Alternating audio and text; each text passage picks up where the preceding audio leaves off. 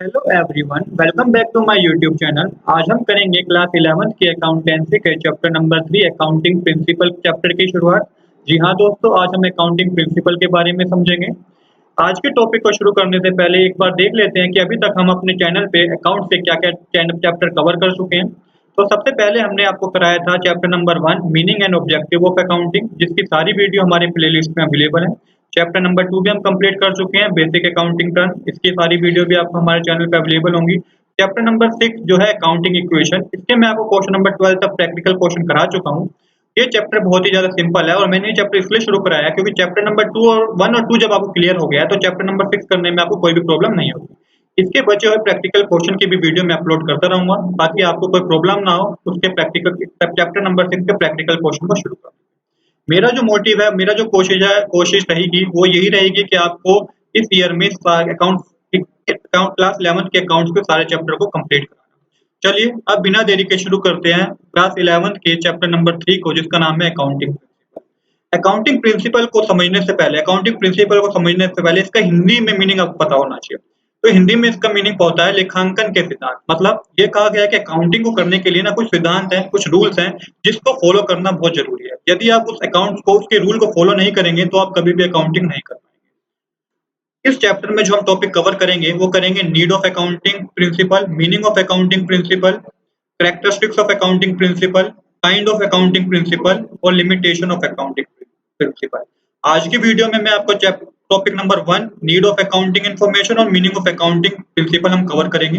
बाकी की जो रिमेनिंग टॉपिक है वो हम अगली वीडियो में कवर करेंगे। चलिए एक बार हम अपने पिछले का रिवाइज करते हैं। जब मैं आपको चैप्टर 1 की कैरेक्टरिस्टिक्स ऑफ अकाउंटिंग करा रहा था ना, तो मैंने उसमें आपको एक पॉइंट समझाया था कि accounting is an art as well as science. मैंने आपको बताया था कि अकाउंटिंग एक आर्ट है। कैसे आर्ट कह सकते हैं हम अकाउंटिंग को साइंस कैसे कह सकते हैं। तो अकाउंटिंग को आर्ट हम तभी कह सकते हैं क्योंकि इसमें एक बेसिक स्किल की जरूरत होती है। इसमें आपके पास स्किल होनी चाहिए अकाउंट्स की, तभी आप अकाउंटिंग को आर्ट कर सकते हैं। और इसे हम साइंस क्यों कहते हैं, क्योंकि ये ना कुछ प्रिंसिपल पे डिपेंड करता है। जब आप वो प्रिंसिपल को समझ लेते हैं तो वही आपकी स्किल बन जाती है। प्रिंसिपल को समझना बहुत जरूरी है क्योंकि तभी आपको पता चलेगा कि किस आइटम को आपको डेबिट करना है और किस आइटम को आपको क्रेडिट करना है। बिना प्रिंसिपल, बिना सिद्धांत को जाने आप कभी भी अकाउंटिंग नहीं कर पाएंगे। तो ये मैंने आपको चैप्टर नंबर 1 की जब हम कैरेक्टरिस्टिक ऑफ अकाउंटिंग कर रहे हैं तब मैंने आपको बताया था। आई होप आपको समझ में आया होगा कि अकाउंटिंग के प्रिंसिपल समझना क्यों जरूरी है। अब समझते हैं व्हाई अकाउंटिंग प्रिंसिपल और नीड ऑफ अकाउंटिंग प्रिंसिपल, कि अकाउंटिंग प्रिंसिपल क्यों आए और इसकी क्या जरूरत पड़ी अकाउंटिंग प्रिंसिपल की। इसको समझिएगा बहुत ध्यान से। ये कुछ बिजनेस मैंने ले रखे हैं यहाँ पे, होटल, रेस्टोरेंट, कैफे का कुछ बिजनेस ले रखे हैं। तो पहले टाइम में क्या होता था ना कि यूज हर बिजनेस एक डिफरेंट मेथड यूज करता था अपना प्रॉफिट एंड लॉस कैलकुलेट करने के लिए, बैलेंस शीट बनाने के लिए। तो यहाँ पे मैंने वही लिखा है कि हर बिजनेस क्या था कि अपना एक डिफरेंट मेथड यूज करके, कोई भी मेथड यूज करके आ जाता था, जिसमें वो प्रॉफिट एंड लॉस दिखा देता था और बैलेंस शीट दिखा देता था।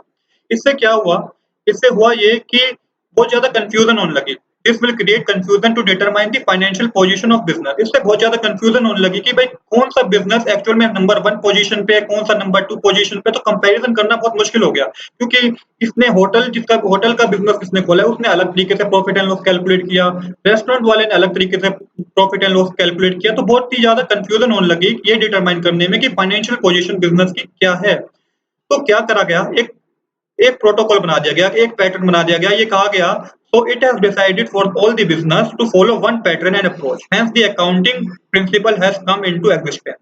तो ये कहा गया कि एक रूल बना दिया गया, गवर्नमेंट ने कहा कि एक रूल फॉलो करेंगे आप अकाउंट के प्रिंसिपल बना दिए कि सबको उसी तरीके से अपनी एक बुक ऑफ अकाउंट को बनाना है। तो इस रीजन से नीड ऑफ अकाउंटिंग की जरूरत पड़ी, अकाउंटिंग प्रिंसिपल की हमें जरूरत पड़ी। आई होप आपको समझ में आया होगा कि अकाउंटिंग प्रिंसिपल की जरूरत हमें क्यों पड़ी।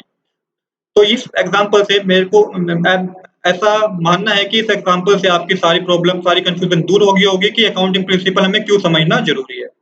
अब इसको एक एग्जांपल से और समझ लीजिए।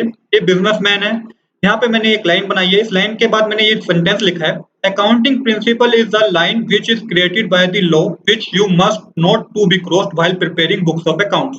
कहा गया है कि अकाउंटिंग प्रिंसिपल एक लाइन है जिसको आपको कभी भी क्रॉस नहीं करना है। अकाउंटिंग करते वक्त आपको हमेशा फॉलो करना है। जब भी आप अपने अकाउंट से बुक्स बना रहे हैं तो मेक श्योर कि जो गवर्नमेंट ने गाइडलाइंस डिसाइड की है तो उसको आप फॉलो करें, अदरवाइज वो फिर प्रॉब्लम क्रिएट करेगी, गवर्नमेंट उसको एक्सेप्ट नहीं करेगी या उसके लिए बिजनेस प्रॉब्लम में भी आ सकता है। तो ये कहा गया है कि accounting principle is a line which is created by the law which you must not to be crossed while preparing books of accounts. अब इसके आगे चलते हैं। इसके आगे कहा गया है नीड ऑफ अकाउंटिंग प्रिंसिपल। वही भी बात हो रही है कि एक्चुअल में क्या और जरूरत पड़ी अकाउंटिंग प्रिंसिपल को अप्लाई करने की। In order to make the accounting information meaningful to its internal and external user, it is significant that such information is reliable as well as comparable। यह कहा गया कि जो अकाउंटिंग हो रही है ना वो इतनी अच्छी तरीके से हो कि उस पे विश्वास किया जा सके, वो कंपेरेबल हो, मतलब कंपैरिजन करने के भी काबिल हो कि हम उससे कंपैरिजन कर सके कि हमारे मार्केट में जो कंपटीशन है उसमें हम कहाँ स्टैंड कर रहे हैं। और अगर हमें कंपैरिजन करना है अपने आप से तो हम पिछले साल की अकाउंटिंग से भी कंपैरिजन कर सके कि पिछले साल हमें कितना लॉस हुआ था, कितना प्रॉफिट हुआ था। इस रीजन से अकाउंटिंग प्रिंसिपल की हमें जरूरत पड़ी। The comparability of information is required to see how a firm has performed as compared to other firm, how it has performed to previous year। तो ये भी बहुत जरूरी है कि ये अकाउंटिंग प्रिंसिपल की मदद से हमें पता चलेगा कि हमारा अदर फर्म से हम किस तरह से कंपैरिजन कर रहे हैं और हमारा खुद से क्या कंपैरिजन है। पिछले साल हमें कितने का प्रॉफिट हुआ था, इस साल कितने का प्रॉफिट हुआ है। तो अब ये कहा गया कि this become possible only if the information provide by the financial statement is based on some sets rule known as policy और प्रिंसिपल। तो ये कहा गया तभी पॉसिबल होगा अगर एक जैसा रूल ही एप्लीकेबल कर दिया जाए। तो कोई ऐसा ना हो कि कोई अपने तरीके से, कोई दूसरे तरीके से अपना प्रॉफिट एंड लॉस कैलकुलेट करके आ रहा है, कोई किसी तरीके से अपना प्रॉफिट एंड लॉस कैलकुलेट करके आया, नहीं। एक स्टैंडर्ड रूल बना दिया गया कि इसी तरीके से सबको अकाउंटिंग करनी है और अपने अपना प्रॉफिट एंड लॉस कैलकुलेट करना है, जिससे इजी हो जाएगा समझना कि कौन सा बिजनेस कहाँ स्टैंड कर रहा है। आई होप आपको नीड ऑफ अकाउंटिंग प्रिंसिपल अब क्लियर हो गया होगा। चलिए अब समझते हैं मीनिंग ऑफ अकाउंटिंग प्रिंसिपल।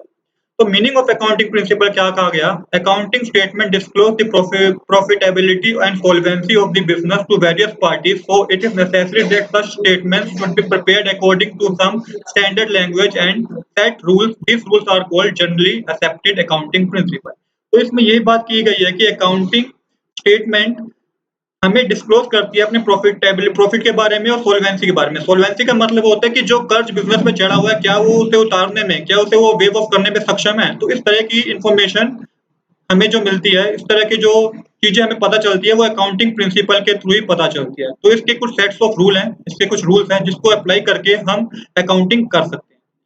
आगे कहा गया है this principle has been developed by the following reason. ये जो प्रिंसिपल है जो डेवलप किए गए हैं किस किस रीजन से डेवलप किए गए हैं?